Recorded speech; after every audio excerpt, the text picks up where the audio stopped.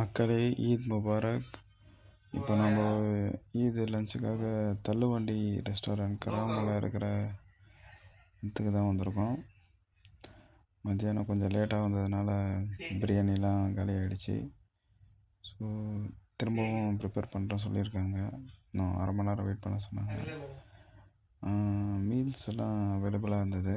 நாங்கள் போன நேரத்தில் மீல்ஸ் எல்லாம் நல்லா தான் இருந்தது. பட் நான் ரம்ஜானுக்காண்டி பிரியாணி சாப்பிட்டே ஆகணுன்ட்டு பிரியாணிக்காண்டி வெயிட் பண்ணிட்டு இருந்தோம். அப்புறம் சிக்கன் பிரியாணி ரெடி ஆகிடுச்சு. அப்புறம் இது மகாராணி சிக்கன்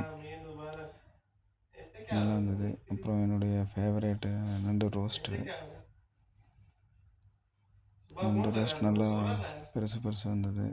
நல்லா சதவில் தான் இருந்தது. அப்புறம் கடைசியில் மட்டன் பிரியாணியும் வந்தது.